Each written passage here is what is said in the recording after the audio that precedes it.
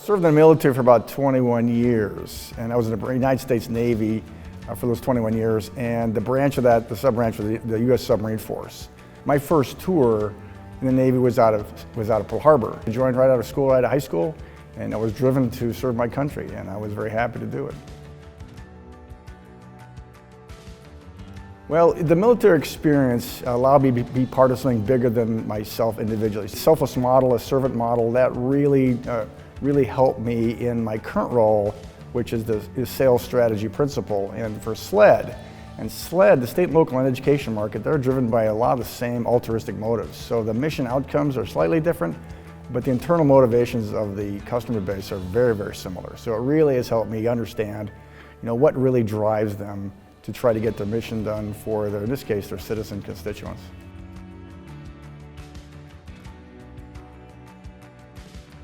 One of the big things you do in any ship is deploy, and it's a commitment for time and energy to take a ship from its home port and then go, it could be thousands of miles away for a significant amount of time. And so, when I was a junior officer in Hawaii, we had an emergency deployment where we had short notice, less than 9 days to deploy, and we were going to be gone for 6 months. Normally you have up to 3 months, 90 days to prepare for deployment. We had much less time for that. And the submarine team came together and got that done. And to see them work as a team for what I consider to be one of my career-defining events in my submarine force career was quite amazing. We pulled it off, got it done, got on station on time, and did the mission. So that really was one of the things that, from an experience, it drove me the importance of teamwork and working close together.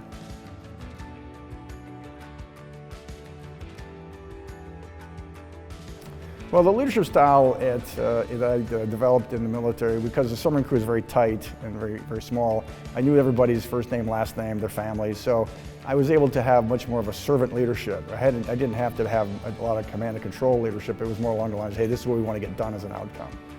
And that really helped me, specifically when I was the state CIO for the Commonwealth of Virginia for 6.5 years. That type of leadership style that I developed in the military translated directly into being able to delegate, identify talent and delegate it to the people in that role.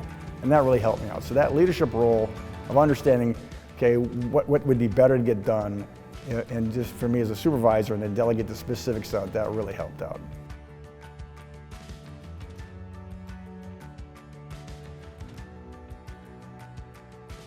Well, from a military experience, there are many frameworks, but the military experience that I would use is the understanding the power of delegation and making sure you had the right people lined up and allow them to do the work.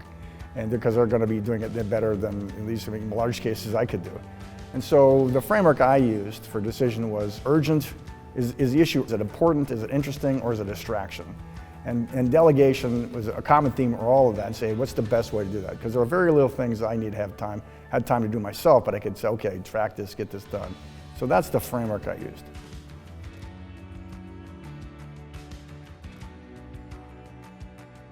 Well, in my current role in Iron Bow, I am the state and local education sales strategy principal. So I focus primarily on customer outcomes, what they want to get done, their missions, what they want to do for their citizen-facing services, and then I work backwards to technology trends. I was the Chief Information Officer for the Commonwealth of Virginia. It was a large enterprise role, roughly $1 billion worth of spend every year, serving the 65 state agencies in a consolidated environment.